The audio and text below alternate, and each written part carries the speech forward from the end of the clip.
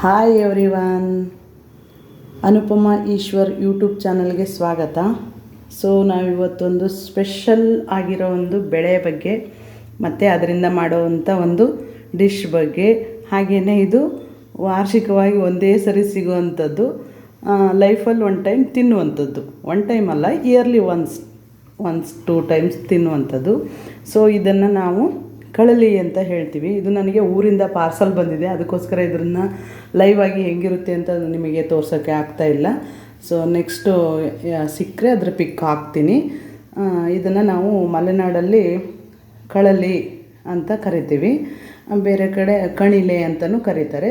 So ಕಳಲಿನಲ್ಲಿ 2 types ಇದೆ, ಒಂದು ಹಾಲುಗಳಲ್ಲಿ, ಇನ್ನೊಂದು ಕಪ್ಪುಗಳಲ್ಲಿ ಅಂತ ಹೇಳಿಬಿಟ್ಟು. ಅಂದರೆ ಮೇಲಿನ ಅದರದ್ದೊಂದು ತೊಗಟೆ ಏನಿರುತ್ತಲ್ವ ಅದು ಕಪ್ಪಗಿರುತ್ತೆ. ಸೊ ತುಂಬ ಕಪ್ಪಗೆ ಬರುತ್ತೆ, ಅದು ಕಪ್ಪುಗಳಲ್ಲಿ. ಅದ್ರ ಮೇಲಿನ ತೊಗಟೆ ವೈಟಾಗಿ ಬಂದರೆ ಅದು ಹಾಲುಗಳಲ್ಲಿ ಅಂತ ಹೇಳಿಬಿಟ್ಟು. ಇದು ಕಪ್ಪುಗಳಲ್ಲಿ. ಸೊ ಇದನ್ನು ಅಕ್ಕ ಎಲ್ಲ ಕ್ಲೀನ್ ಮಾಡಿನೇ ಕಳಿಸ್ಕೊಟ್ಟಿದ್ದಾರೆ. ಈಗ 3 ಡೇಸಿಂದ ನೀರಲ್ಲಿತ್ತು. ನಾನು ಇವಾಗ 3 ಟೈಮ್ಸ್ ನೀರು ಚೇಂಜ್ ಮಾಡಿ ಈ ಥರ ತೊಳೆದ್ಬಿಟ್ಟು ಇದಕ್ಕೆ ಶಿಫ್ಟ್ ಮಾಡ್ತಾಯಿದ್ದೀನಿ. ಸೊ ಇದು ಯಾವ ಪರ್ಪಸ್ಸಿಗೆ ನಾವು ಈ ಥರ ಹೆಚ್ಚಿದ್ದೀವಿ ಇದನ್ನು ಅಂತ ಹೇಳಿದರೆ, ಉಪ್ಪಿನಕಾಯಿ ಪರ್ಪಸ್ಸಿಗೆ ಈ ಥರ ಹೆಚ್ಕೊಂಡಿದ್ದೀವಿ. ಸೊ ಇದು ಉಪ್ಪಿನಕಾಯಿನ ನಾವು ಮಾಡಿಟ್ರೆ ಇದು 1 ಇಯರ್ ಔಟ್ಸೈಡ್ ಇಟ್ಟರೆ ಸ್ವಲ್ಪ ಅಷ್ಟೊಂದು ಇದೇ ಫ್ರೆಶ್ ಟೇಸ್ಟ್ ಸಿಗೋದು ಕಷ್ಟ. ಫ್ರಿಜ್ಜಲ್ಲಿ ಇಟ್ಕೊಂಡ್ರೆ 1 ಇಯರ್ ಚೆಂದ ಮಾಡಿ ತಿನ್ಬೋದು. ಸೊ ನೋಡಿ ಎಷ್ಟು ಸ್ಮೂತಿಯಾಗಿದೆ. ಇದು ಕಪ್ಗಳಲ್ಲಿ ಅಂತ ಹೆಸರಿದ್ದರೂ ಹಾಲುಗಳಲ್ಲೇ ಆಗಿಬಿಟ್ಟಿದೆ ಇದು. ಸೊ ಇದರಲ್ಲಿ ನಾವು ಪಲ್ಯ ಮಾಡ್ತೀವಿ ಮತ್ತು ಉಪ್ಪಿನಕಾಯಿ ಮಾಡ್ತೀವಿ. ಹಾಗೆಯೇ ಇದರಿಂದ ಕಟ್ಟನ್ನು ತೆಗೆದಾಗ ಇದರ ಕಟ್ಟಿನ ಸಾಂಬಾರು ಮಾಡ್ತೀವಿ ಸಹ. ರಸಮ್ ಟೈಪ್ ಇರುತ್ತೆ, ತುಂಬ ಅಂದರೆ ತುಂಬಾ ಟೇಸ್ಟಿಯಾಗಿರುತ್ತೆ. ಮತ್ತು ಎಲ್ಲರಿಗೂ ಸಹ ಇದು ಹೆಲ್ತಿಗೆ ತುಂಬ ಚೆನ್ನಾಗಿರುತ್ತೆ. ಹಾಗೆಯೇ ಇದನ್ನು ನಾವು ಉಪ್ಪಿನಕಾಯಿ ಕಟ್ ಮಾಡ್ಕೊಂಡಿದ್ದೀವಿ ಅಂತ ಹೇಳಿದ್ನಲ್ವ, ಇದನ್ನು ಇಲ್ಲಿ ಇನ್ನೊಂದು ಪಾತ್ರೆಯಲ್ಲಿ ನಾನು 3 ಟೈಮ್ಸ್ ನೀರು ಚೇಂಜ್ ಮಾಡಿ 3 ಡೇಸಿಂದ ಇವತ್ತು ಫಸ್ಟ್ ಟೈಮ್ ಬೇಯಿಸೋಕೆ ಇಟ್ಟಿದ್ದೀನಿ. ಇದಕ್ಕೆ ನಾವು ಮನೆ ಅಕ್ಕಿ ತೊಳೆದಿರೋ ನೀರು ಬರುತ್ತಲ್ವ, ಗಂಜಿ ಅಕ್ಕಿ ತೊಳೆದಿರೋ ಅಕ್ಕಚ್ಚ ಅಂತ ಹೇಳ್ತೀವಿ, ಅದನ್ನು ಹಾಕಿಬಿಟ್ಟು ನಾನಿವಾಗ ಇದನ್ನು ಬೇಯಿಸೋಕೆ ಇಟ್ಟಿದ್ದೀನಿ. ಸೊ ಏನನ್ನೂ ಹಾಕಿಲ್ಲ, ಜಸ್ಟ್ ಈ ವಾಟ್ರನ್ನು ಕುದಿಸಿದ ಮೇಲೆ ಮತ್ತೆ ಇದನ್ನು ನಾವು ಚೆಲ್ಲಬೇಕು. ಇದನ್ನು ಬಳಸೋ ಹಾಗಿಲ್ಲ, ನೀರನ್ನು ಮಾತ್ರ ಚೆಲ್ಲಬೇಕು, ಬಳಸೋ ಹಾಗಿಲ್ಲ. ಮತ್ತು ಇನ್ನೊಂದು ಟೈಮ್ ನಾನು ಮತ್ತೆ ಅಕ್ಕಿ ನೀರನ್ನು ಹಾಕಿ ಬೇಯಿಸ್ಕೊತೀನಲ್ವ, ಆವಾಗ ಸ್ವಲ್ಪ ಅರಿಶಿಣ ಪುಡಿ ಮತ್ತು ಉಪ್ಪನ್ನು ಹಾಕಿ ಬೇಯಿಸ್ಕೊತೀನಿ. ಆವಾಗ ಆ ನೀರನ್ನು ಬೇಕಿದ್ರೆ ರಸಮ್ಮಿಗೆ ಬಳಸ್ಬೋದು. ಯಾಕೆಂದರೆ ಕಹಿ ಏನು ಇರೋದಿಲ್ಲ, ಸೊ ಬಿದಿರಲ್ವಾ ಇದ್ದರೆ ಅಂತ. ಮತ್ತು ಮೇಯ್ನ್ಲಿ ಇದನ್ನು ಪ್ರೆಗ್ನೆಂಟ್ ವುಮೆನ್ಸ್ 5 ಮಂತ್ ಪ್ರೆಗ್ನೆನ್ಸಿಲಿ ಯಾವತ್ತೂ ತಿನ್ನಬೇಡಿ, ಅಬಾರ್ಟ್ ಆಗೋಂಥ ಚಾನ್ಸಸ್ ಇರುತ್ತೆ. ಆಫ್ಟರ್ 7 ಮಂತು ನೀವು ಬೇಕಿದ್ರೆ ಇಷ್ಟಪಟ್ಟಿದ್ರೆ ರೊಟ್ಟಿ ಒಟ್ಟಿಗೆ ತುಂಬ ಚೆನ್ನಾಗಾಗುತ್ತೆ ಈ ಪಲ್ಯ. ಅಕ್ಕಿ ರೊಟ್ಟಿ ಜೊತೆಗೆ ಬೇಕಿದ್ರೆ ತಿನ್ಬೋದು. ಸೊ ಅಷ್ಟರಲ್ಲೇ ಮಾತ್ರ ಯಾವತ್ತೂ ತಿನ್ನಬೇಡಿ, ಹೆಲ್ತಿಗೆ ಎಫೆಕ್ಟು ಮತ್ತು ಮಗುಗೂ ಸಹ ತುಂಬ ಎಫೆಕ್ಟು. ಆ್ಯಕ್ಚುಲಿ ಇದನ್ನು ವಿಡಿಯೋ ಮಾಡಿ ಈ ಥರ ರೀಲ್ಸ್ ಮಾಡಿ ಹಾಕ್ತಾ ಇರೋದೇ ದೊಡ್ಡ ಎಫೆಕ್ಟು. ಆದ್ರೂ ನಾನು ಬೇರೆ ಕಡೆ ಎಲ್ಲ ಯೂಟ್ಯೂಬಲ್ಲಿ ಸರ್ಚ್ ಮಾಡಿದಾಗ ಎಲ್ಲರೂ ಸಹ ಮಲೆನಾಡಲ್ಲಿ ಸಿಗೋಂಥ ಕಳಲಿ ಬಗ್ಗೆ ಯೂಟ್ಯೂಬ್ ಮಾಡಿ ವಿಡಿಯೋ ಮಾಡಿಬಿಟ್ಟು ಹಾಕಿದ್ದಾರೆ. ಸೊ ನಾನು ಇವಾಗ ಇದನ್ನು ಒಂದು ಸ್ವಲ್ಪ ಏನಾದರೂ ಲೈಟಾಗಿ ಹೇಳೋಣ ಅಂತ ಅಂದ್ಬಿಟ್ಟು ಈಗ ತೊಳೆದು ಇಡ್ತಾ ಇದ್ದೀನಿ. ಸೊ ಈ ಥರ ಮಾಡಿಬಿಟ್ಟು ಇದಕ್ಕೆ ಉಪ್ಪಿನಕಾಯಿ ಮಾಡೋದಕ್ಕೆ ಏನೇನು ಇಂಗ್ರೀಡಿಯೆಂಟ್ಸ್ ಬೇಕು ಅಂತ ಹೇಳಿಬಿಟ್ಟು ನಾನು ನಮ್ಮ ಅಮ್ಮನೇ ಉಪ್ಪಿನಕಾಯಿ ಮಾಡೋದು. ಜಸ್ಟು ನನಗೆ ಪಲ್ಯ ಮಾಡೋಕ್ಕೆ ಬರುತ್ತೆ, ಪಲ್ಯನೂ ಮಾಡೋದು ಹೆಂಗೆ ಅಂತ ತೋರಿಸ್ತೀನಿ, ಹಾಗೆಯೇ ಉಪ್ಪಿನಕಾಯಿ ಮಾಡೋದು ಹೇಗೆ ಅಂತ ತೋರಿಸ್ತೀನಿ. ರಸಮ್ನ ಈ ಟೈಮ್ ಮಾಡೋಕ್ಕಾಗೋದಿಲ್ಲ ಅನಿಸುತ್ತೆ. ಸೊ ನನಗೆ ಈ ಸರಿ ಅಷ್ಟೊಂದು ಫ್ರೀ ಇಲ್ಲ ನಾನು, ಅದಕ್ಕೋಸ್ಕರ ರಸಮ್ನ ನೆಕ್ಸ್ಟ್ ಒಂದು ಟೈಮ್ ಯಾವತ್ತಾದರೂ ಬೇಕಿದ್ದರೆ ಸ್ಟೋರ್ ಮಾಡಿ ಇಟ್ಕೋಬೋದು. ಬೇಯಿಸಿದ ಮೇಲೆ ಯಾವತ್ತಾದರೂ ಮಾಡ್ತೀನಿ ಅಂತಂದರೆ 2-3 ಡೇಸಲ್ಲಿ ಮಾಡ್ಬೋದು.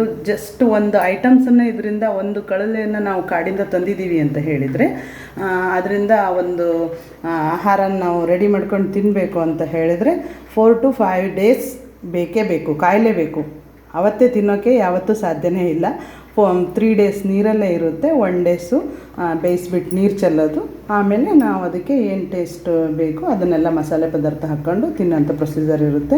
ಸೊ ನನಗೆ ಇದು ಇವಾಗ ಬೇಯಿಸ್ತಾ ಇದ್ದೀನಲ್ವ, ಇವತ್ತು 4th ಡೇ. ನಾನು ಈವ್ನಿಂಗಿಗೆ ಇದರದ್ದು ಪಲ್ಯ ಮಾಡ್ತೀನಿ. ಸೊ ಇದರದ್ದು ಉಪ್ಪಿನಕಾಯಿ ಇನ್ನೂ 2 ಡೇಸ್ ಬಿಟ್ಟು ಹಾಕ್ತಾರೆ. ಇದನ್ನು ಬೇಯಿಸೋದಿಲ್ಲ ಉಪ್ಪಿನಕಾಯಿಗೆ, ಈ ಥರ ಹಸಿನೇ ಇರುತ್ತೆ ನೀರಲ್ಲೇ. ಇದು ಇನ್ನು ನಾಳೆ ಒಂದು ನೀರು ಮತ್ತು ನಾಡಿದ್ದೊಂದು ನೀರು ಚೇಂಜ್ ಮಾಡಿಬಿಟ್ಟು ಇದನ್ನು ಫ್ರೈಡೇ ಉಪ್ಪಿನಕಾಯಿ ಹಾಕೋವಂಥದ್ದು. ಸೊ ನೆಕ್ಸ್ಟ್ ವಿಡಿಯೋದಲ್ಲಿ ಏನೆಲ್ಲ ಆಗುತ್ತೆ ಅಂತ ತೋರಿಸ್ತೀನಿ, ಬನ್ನಿ. ಇದರಲ್ಲಿ ಸಾರಿ ನಾನು ಹೆಚ್ಚಿಟ್ಕೊಂಡದ್ದು ತೋರಿಸ್ಲೇ ಇಲ್ಲ.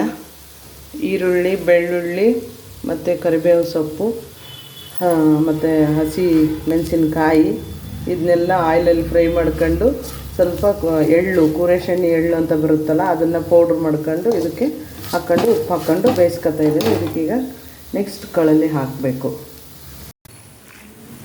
ಇದು ಇವಾಗ ಬೇಯಿಸಿಟ್ಕೊಂಡಿದ್ದೆ ಅಲ್ವಾ, ಇದನ್ನು ಈ ಥರ ನೀರು ಸೋಸಿಬಿಟ್ಟು, ನಾನು ಸೋಸೋ ಜರಡಿಯಿಂದ ಸೋಸಿಬಿಟ್ಟು ಇವಾಗ ಹೈಟಿಗೆ ಹಿಡ್ಕೊ ಅದಕ್ಕೆ ಹಾಕ್ತೀನಿ.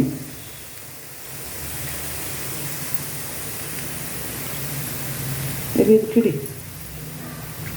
ಈ ಥರ ನೀರನ್ನು ಪ್ರೆಸ್ ಮಾಡಿ ನೀರು ತೆಗಿ.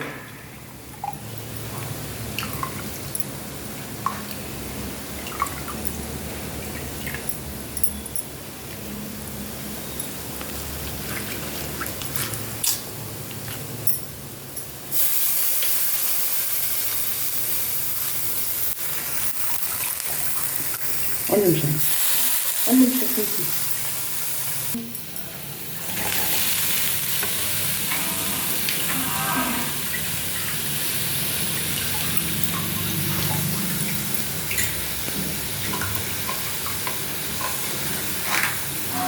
ಚಂದಿರೋದು ನಾನು ತಿರ್ಸ್ತೀನಿ ಸುಮ್ಮನೆ ಮಾಡಿ.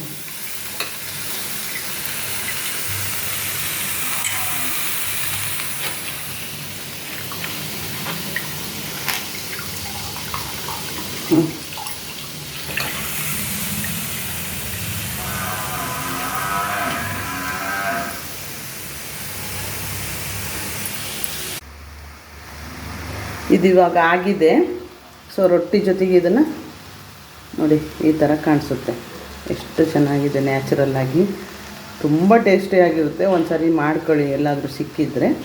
ತುಂಬ ಅಂದರೆ ತುಂಬ ನಮ್ಮ ಮಲೆನಾಡು ಸ್ಟೈಲಿನ ಕಳಲೆ ಪಲ್ಯ ರೆಡಿ ಟು ಈಟ್. ರೊಟ್ಟಿ ಜೊತೆಗೆ ಇದನ್ನು ಸರ್ವ್ ಮಾಡೋಣ.